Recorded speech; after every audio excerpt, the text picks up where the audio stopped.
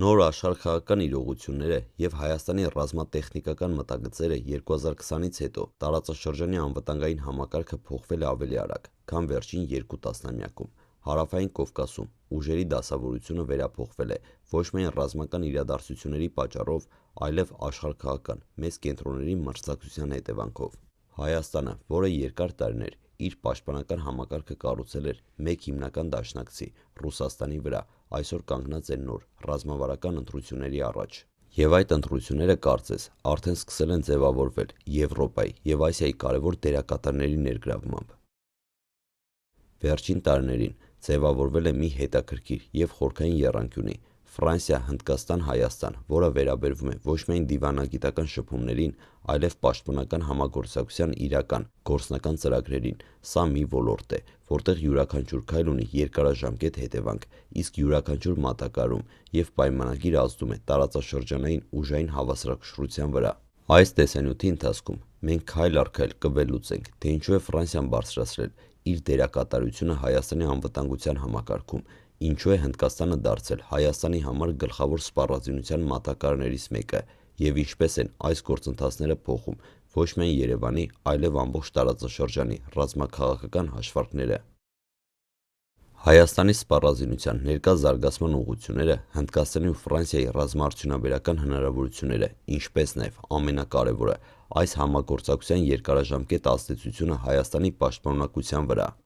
Ֆրանսիա-Հայաստան Ինչպես սկսվեց նոր մակարդակի գործընկերությունը, Ֆրանսիան հայկական հարցերում ակտիվ դերակատար է եղել տասնամյակներ շարունակ, սակայն մինչ վերջերս այդ ակտիվությունը հիմնականում դիվանագիտական, քաղաքական և մշակութային էր, իսկ 2023-2024 թվականներին սկսեցին մի գործընթացներ, որոնք Ֆրանսիայի ներկայությունը հասցրին նոր մակարդակի։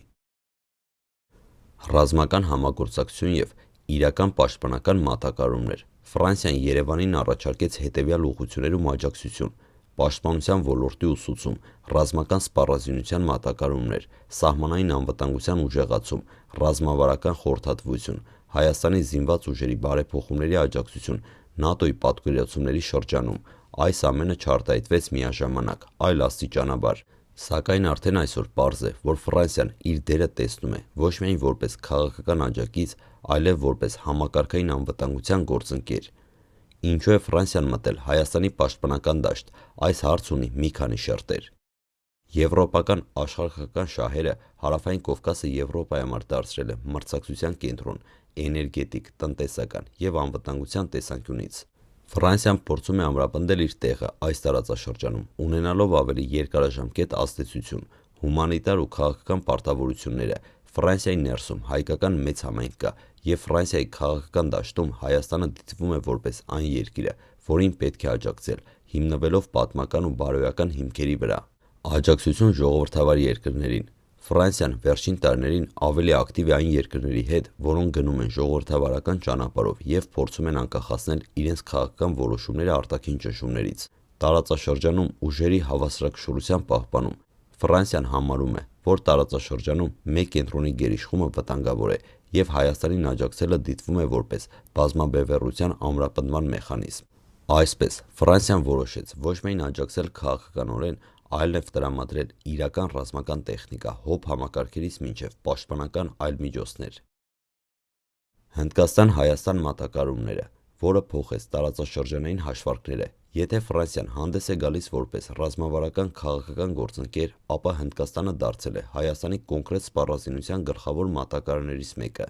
Եվ դա ունի շատ հստակ պատճառներ։ Հայաստանը վերջին տարիներին Հնդկաստանից ձեռք է բերել պինակա համազարգային կրակի ռեակտիվ համակարգեր, Սվատի ռադիոլոկացիոն համակարգային համալիրներ, Ատիջիմ հակատանկային համալիրներ և ավելի ուշագրավ բալիստիկ միայնակ դասի նոր սերնդի միջոցներ, որոնք տարածաշրջանի հաշվարկները փոխում են։ Հնդկաստանը պատրաստ է տրամադրել մեծ ծավալներ, քանի որ Հնդկաստանը զարգացնում է իր պաշտպանական արդյունաբերությունը և որոնում է նոր շուկաներ։ Տարածաշրջանում Հայաստանի և Պակիստան-Ադրբեջան կապերը ազդեցություն ունեն Երևանի ընտրությունների վրա։ Հնդկաստանը Հայաստանը դիտում է ոչ միայն որպես գնորդ, այլ որպես գործընկեր, որի հետ կարող է երկարաժամկետ ծրագրեր կառուցել։ Այս համագործակցությունը արդեն դարձել է մի գործընթաց, որը նկատելիորեն փոխում է Հայաստանի պաշտպանական լանդշաֆտը։ Հայաստանը քայլ առ քայլ ձևավորում է նոր պաշտպանական դոկտրին, հիմնված բազմակողմանի սպառազինության համալիրների վրա։ Այս դոկտրինը ընդգրկում է 3 հիմնական ուղղություն։ Առաջինը՝ հակահարվածային պաշտպանություն, նպատակ ունենալով նվազեցնել հակառակորդի հարվածների ազդեցությունը և ապահովել հարձակողական ուժի պատրաստակամություն։ Երկրորդը՝ ռազմավարական կախվածության նվազեցում։ Ներկայիս դոկտրինը ապահովում է, որ Հայաստանը կախված չէ մեկ մատակարարից կամ միակ ռազմավարական գործընկերից։ Երրորդը՝ տարածաշրջանային հավասարակշռության պահպանություն։ Հայաստանի նոր սպառազինությունը և համագործակցությունը Ֆրանսիայի ու Հնդկաստանի թույլ է տալիս պահել բազմաբևեռ ուժային հավասարակշռություն Հարավային Կովկասում։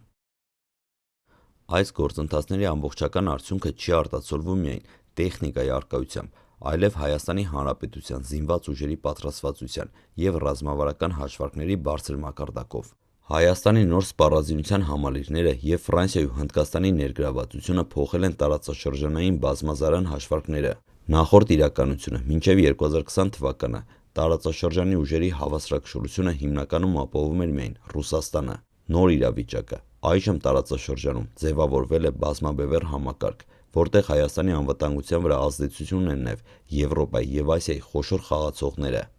Այս փոփոխությունը հնարավորություն է տալիս Հայաստանին ավելի ինքնուրույն որոշումներ կայացնել, չդառնալով մեկ կենտրոնի ազդեցության գործիք։ Ֆրանսիան Հայաստանի հետ համագործակցությունը դիտարկում է մի քանի կարևոր ուղղություններով։ Քաղաքական և դիվանագիտական ազդեցություն։ Ֆրանսիան փորձում է ամրապնդել իր դիրքը Հարավային Կովկասում և պաշտպանել եվրոպական շահերը։ Պաշտպանական տեխնիկայի մատակարարում, հոբ համակարգերի, զորակազմի ուսուցման և ռազմավարական խորհրդատվության միջոցով Ֆրանսիան բարձրացնում է Հայաստանի պաշտպանունակությունը։ Մտահոգություն բազմաբևեռության մասին։ Ֆրանսիան աջակցում է այն երկրներին, որոնք ցանկանում են հավասարակշռված քաղաքականություն վարել առանց մեկտերության գերիշխման։ Այս քաղաքական ռազմական միջամտությունը երկարաժամկետում կարող է ստեղծել նոր դինամիկա, որտեղ Հայաստանը դիտարկում է ոչ միայն որպես պաշտպանվող կողմ, այլ որպես ռազմավարական գործընկերներ Եվրոպայի համար։ Հնդկաստանը Հայաստանի սպառազինության հիմնական մատակարարներից մեկն է, հանդես է գալիս հետևյալ ռազմավարական դրդապատճառներով. անցնող շուկաներ և ռազմաարդյունաբերական համագործակցություն։ Հնդկաստանը Հայաստանում տեսնում է շուկա և գործընկեր իր արտադրանքի փորձարկման և ռազմավարական համագործակցության համար։ Տարածաշրջանային ազդեցություն։ Հնդկաստանի արտադրած զինատեսակները համակարգը փոխում են հակամարտության հաշվարկները և ավելացնում Հայաստանի ինքնուրույն մատակարարման հնարավորությունները։ Տարածաշրջանային ազդեցություն։ Հնդկաստանի տրամադրած համակարգերը փոխում են հակամարտության հաշվարկները և ավելացնում Հայաստանի ինքնուրույն մարտավարական հնարավորությունները։ Դիմադրողական ռազմավարություն։ Այս համագործակցությունը ապահովում է, որ Հայաստանի պաշտպանունակությունը բազմակողմանի լինի և խոչընդոտում է միայն մեկ երկրի գերիշխող դիրք ստանալու փորձերին։ Հայաստանի ռազմավարական նոր դոկտրինը և Ֆրանսիայի ու Հնդկաստանի ներգրավվածությունը ստեղծում են մի իրավիճակ, որտեղ երկրի անվտանգությունը և ինքնուրույն ռազմավարական ընտրությունները բարձր մակարդակի վրա են։ Նոր սպառազինությունը և տեխնոլոգիական համալիրները թույլ են տալիս Հայաստանին արդյունավետ պաշտպանություն ապահովել և ստեղծել կանխարգելիչ ազդեցություն։ Միջազգային գործընկերները ապահովում են ոչ միայն մատակարարումները, այլև ռազմավարական գիտելիքն ու փորձը, ինչը երկարաժամկետում ուժեղացնում է երկրի պաշտպանունակությունը։